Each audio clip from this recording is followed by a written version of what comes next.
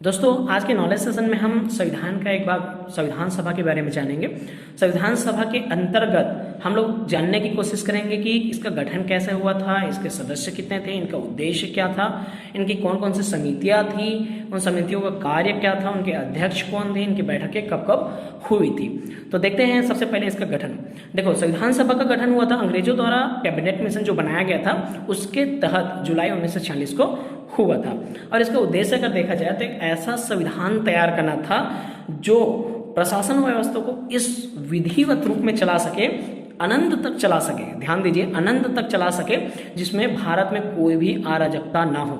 और आप देख ही सकते हैं कि आज वर्तमान में हमारा जो देश है, हमारा जो भारत है, विश्व में एक सबसे बड़ा लोकतंत्र के रूप में जाना जाता है।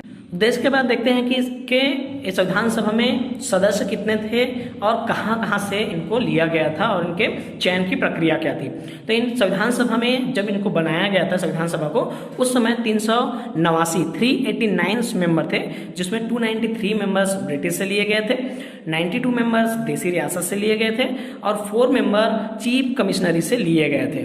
और इनके सदस्यों का जो चयन है वो मनोनय के आधार पर किया जाता था। जैसे कि हमारे विभिन्न प्रांतीय विधानसभा है, वहाँ से उनको मनोनीत करके भेजा जाता था। देसी रियासत है, वहाँ से उनको मनोनीत करके भेजा जाता था। और मनोनय के लिए भी एक नियम का पालन किया गया था। इसमें वो नियम यह था कि प्रत्येक 10 लाख जो जनता है उसमें से एक सदस्य चुन करके संविधान सभा में आएगी।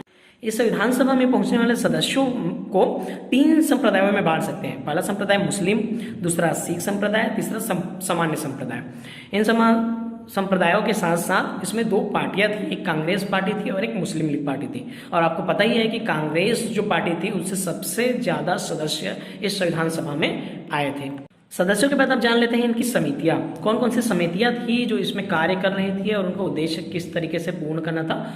सबसे पहले आती है सलाहकारी समिति। सलाहकारी समिति वो समिति होती है जो इसको सलाह देती कि किस तरीके से इम्प्लीमेंट होना चाहिए, इसमें किस तरीके से और सुधार कर सकते हैं या कुछ नया चीज जोड़ सकते हैं ये। और इसके अध्यक्ष थे BN राव। इसी के साथ साथ 13 और समितियां बनाई गई थी और उसमें क्या थे कि संचालन समिति। सबसे पहले संचालन समिति में क्या था कि आप जानते ही होंगे, सभा का संचालन करने के लिए एक मुखिया की आवश्यकता होती है।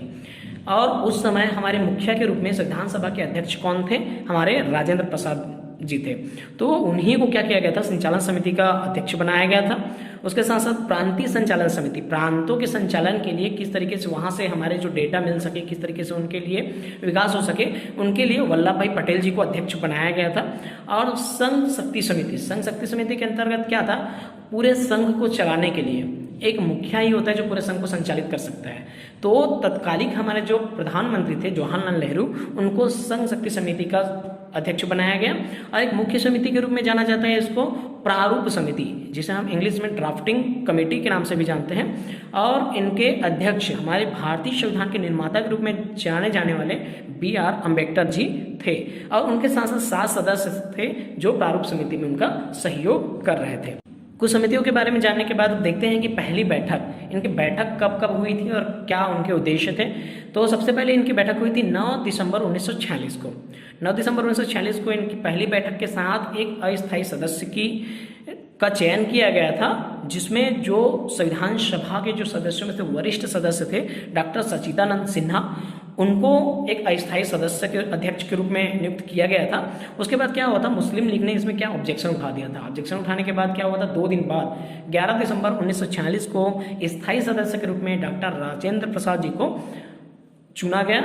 उसी के साथ साथ 2 दिन बाद हमारे तत्कालिक प्रधानमंत्री जवाहरलाल नेहरू जी ने एक उद्देश्य प्रस्ताव 13 दिसंबर 1946 को लाए।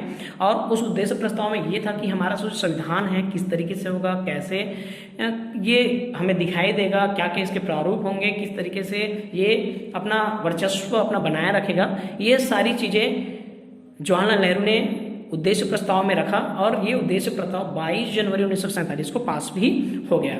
और आज हम लोग जो प्रस्तावना के रूप में देखते हैं वही ये उद्देश्य प्रस्ताव है जो आगे चल के हम लोगों को प्रस्तावना के रूप में दिखाई पड़ती है।